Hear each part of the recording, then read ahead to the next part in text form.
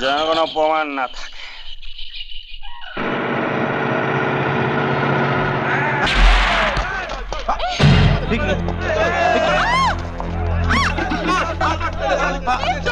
ছেড়ে দাও, ছেড়ে দাও।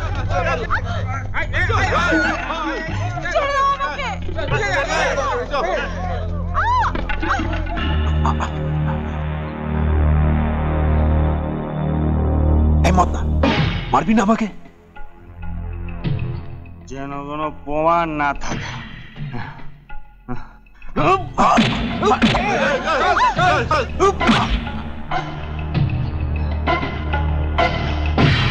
যেন কোনো প্রমাণ না থাকে। প্রমাণ তুই মারিস না, লাগছে আমাদের সঙ্গে পাড়া। নারী কণ্ঠ মনে হচ্ছে। চল তো কাজটা।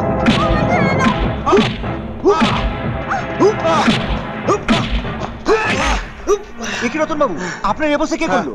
দেখ না, আমি আর সীমা কবাডি মাঠ থেকে বাড়ি ফিরছিলাম, হঠাৎ রাস্তায় কিছু লোক আমাদেরকে এখানে বেঁধে রেখে সীমাকে নিয়ে কোথায় জঙ্গলের মধ্যে চলে গেছে। যা যা যা, সীমাকে বাঁচা, বাঁচা, যা।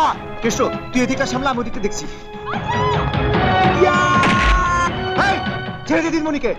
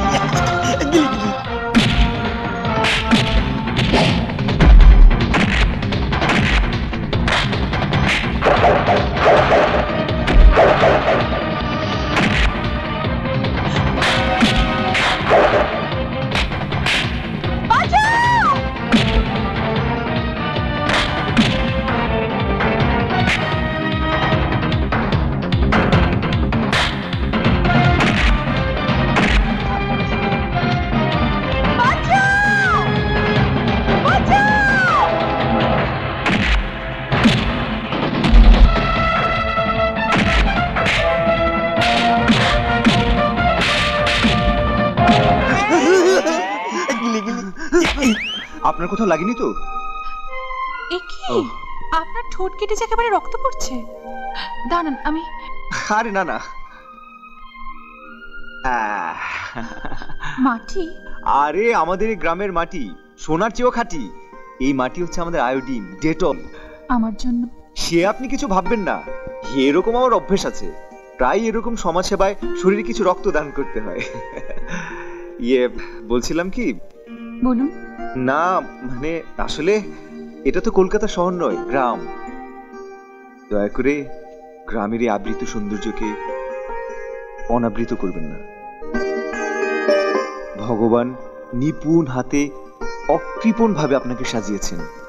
ভগবানের দিয়ে অপরূপ সৌন্দর্যকে আপনি বিদেশি সাজ আর কৃত্রিমতায় নিজেকে আর নগ্ন করবেন না।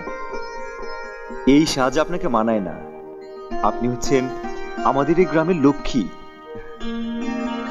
এই যা সন্ধে হয়ে এলো, চলুন আপনাকে বাড়ি পৌঁছে দিই। আরে চলুন। সালাম, বদনাটা কোথায় গেল রে? হুজুর, আপনার ভয় পালিয়ে গেছে। পালিয়ে গেছে? পালিয়েও যাবে কোথায়?